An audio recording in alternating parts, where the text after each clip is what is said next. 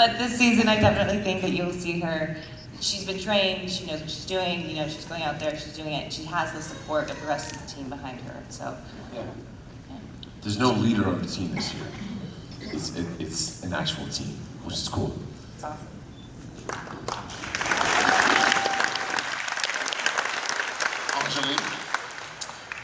Steven, you have an amazing dedication to athleticism and working out, and I just think it's incredible what you do with charities. My question's for Katie.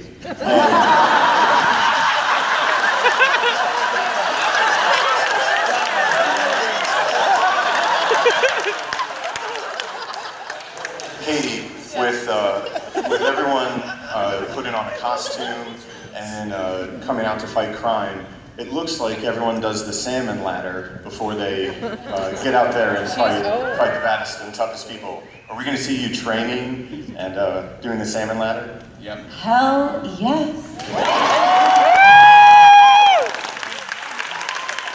I actually have asked Steven to teach me, and hopefully we'll film it when I'm learning. That's what we're missing right now. We're missing a really good Oliver Laurel sparring training scene. Yes, that is awesome. They'll be doing the salmon ladder. Malcolm will be eating salmon.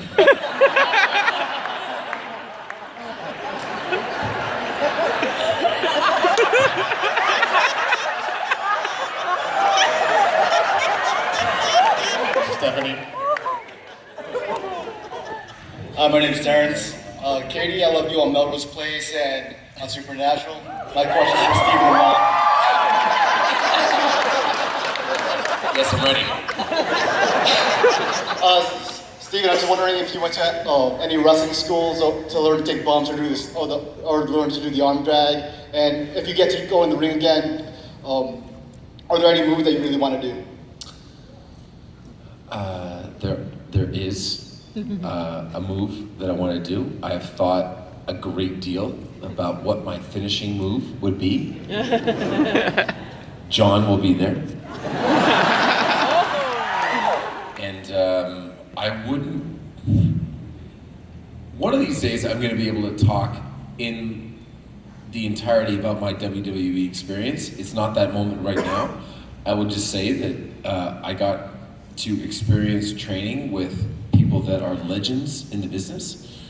I had moments that, like, legitimately were top 10 moments in my entire life, and I wouldn't bet against me getting in the ring again. Can't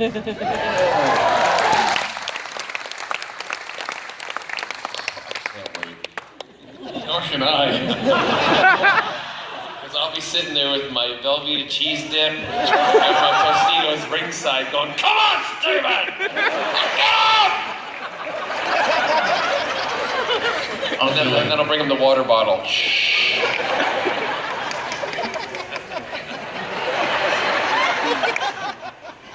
Season 3, I thought, was just wonderful watching you grow as a character. Definitely one of the most but I really thought that I'm really excited about the new Black Canary, what you're going to do in season 4.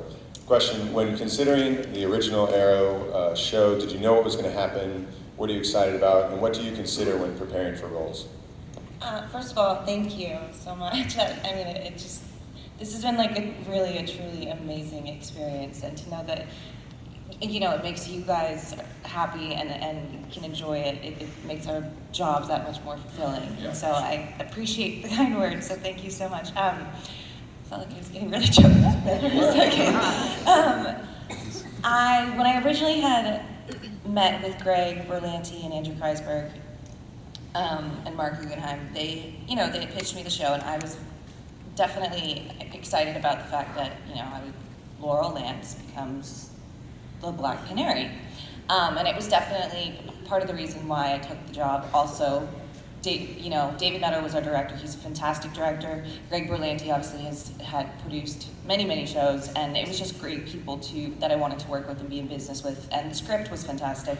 And then Steven signed on, and I had never met Steven before, but then I always said this, like, I read the script and I hadn't seen him before, sorry, but I read the script not knowing what he looked like, but having a vision of who this actor needs to be, and that they could really screw this up if they could cast the wrong person, or it can turn out to be this incredible, show. And when they cast Steven, I was just like, sign me up. This is exactly who I envisioned in my head, and I think they obviously knew what they were doing. Do you know how I found out you got the part? What? Do you know how I found out that you got the part of Laurel? No. You followed me on Twitter. Well, there's I that. thought like a random Katie Cassidy fan account had followed me on Twitter. Nope, that's actually Katie Cassidy. I didn't know that. Awesome.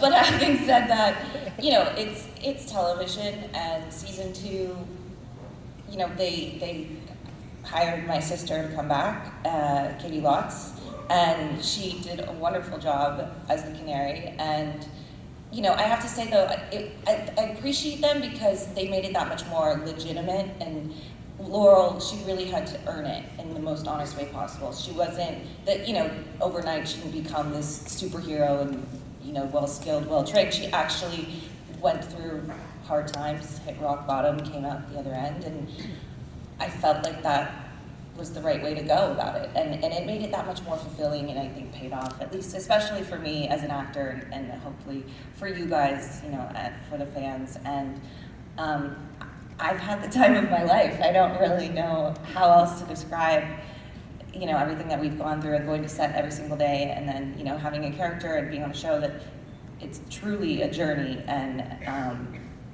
constantly growing and changing, and you're not going to work every day being the same character year after year. You're actually getting different challenges and different, your journey is just so large, and I think that's what's wonderful about our producers and our writers, and I hope I answered your question.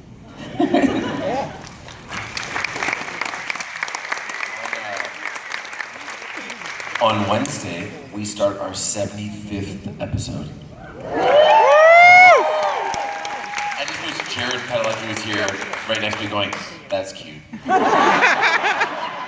what he could say. Stephanie. So the character development in Arrow has been amazing, especially compared to some other shows that are on TV. And the dynamics between each character has changed so much since season 1.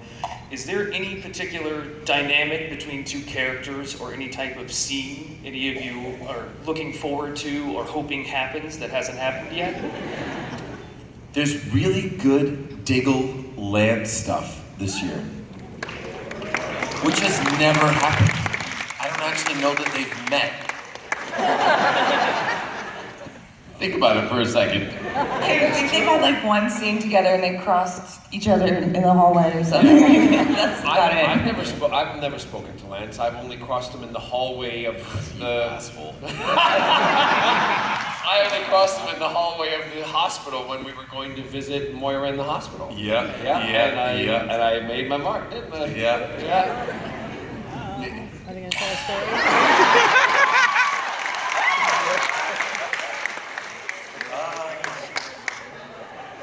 Diggle Lance stuff this year. Yeah. Diggle Lance stuff. It's good. Lance hitting Diggle in the trailer might be a little bit misleading. Angelique. My name's Doug. I have a question that's been plaguing me since the end of season 1, was unresolved in season 2. When Malcolm Merlin was lying dead by the arrow, is there any footage of him taking a big Captain Jack gasp?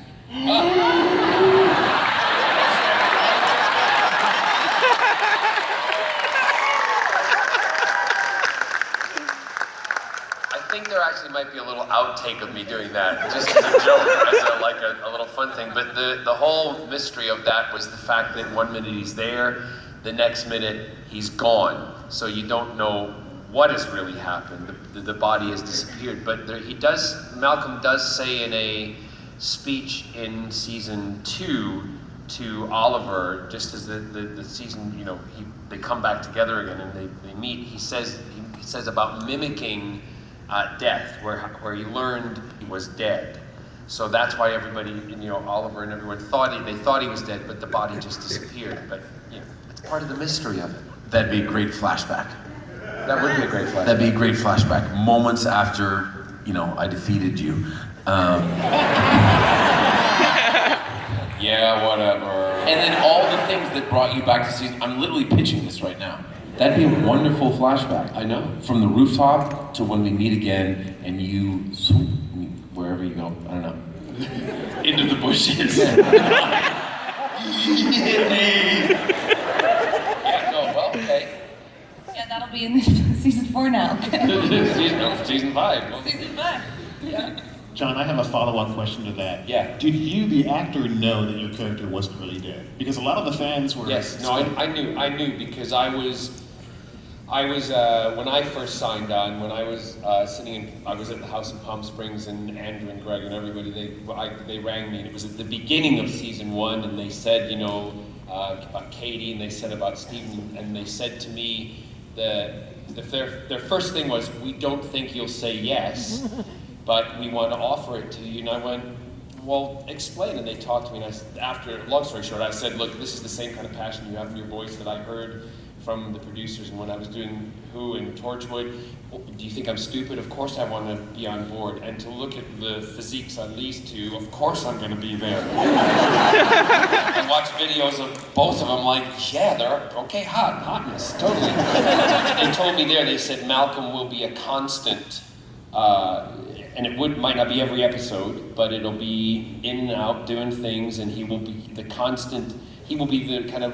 There's other villains that are brought in for the season, but Malcolm will always be that kind of menacing thing that goes through. So I knew that I would be coming back, but I didn't know what I didn't know, and I was really, really thrilled because I was a recurring guest star. And when they came to me and they said, we want to make you a regular, and I was just, that's the best news you can hear on a telephone call. It was just thrilling. So I was like, of course. But again, you'll be in and out, but great. So I knew. I've got another pitch. I like you in these pitching modes. At the end of every scene that we do together, whether or not it makes it on TV, we will high five. So just know, get ready for the season 4 blooper reel, because we have yet to do a scene together, and we will do a scene. Malcolm, I swear to God, if you're lying to me again, I will kill you.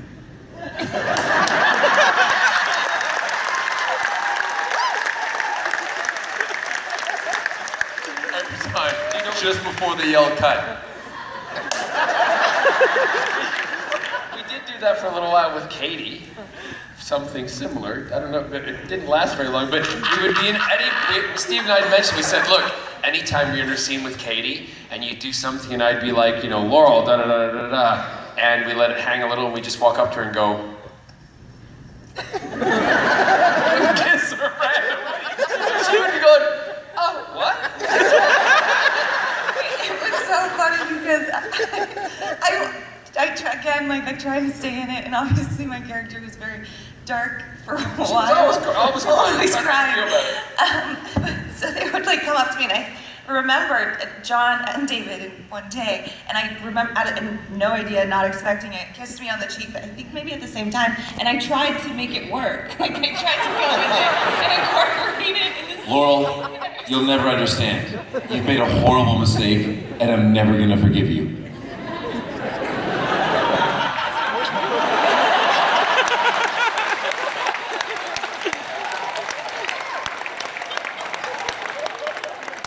I love my job. Stephanie? Hi, my name's Grace, and I'm in a theater class at my school, and there's a lot of really talented people, and I was wondering if you have any advice for aspiring actresses. All of us? It's kind of for all of you, I don't know. Well, you're in theater. You said you're in theater. You're studying theater. Yes. I think that's fantastic. For me, I was in theater starting at a very young age. Elementary school, stayed in it, studied really hard, and you sort of just have to, work hard and know it never really ends. I feel like as far as studying and learning, it's an ongoing process, and for me, I continuously go back to acting coach and my acting teacher to, try and change that. I feel like I'm always trying to change not change it, but develop my craft in a different way. I don't think you can ever learn too much, so just continue to study and work hard and follow your dreams.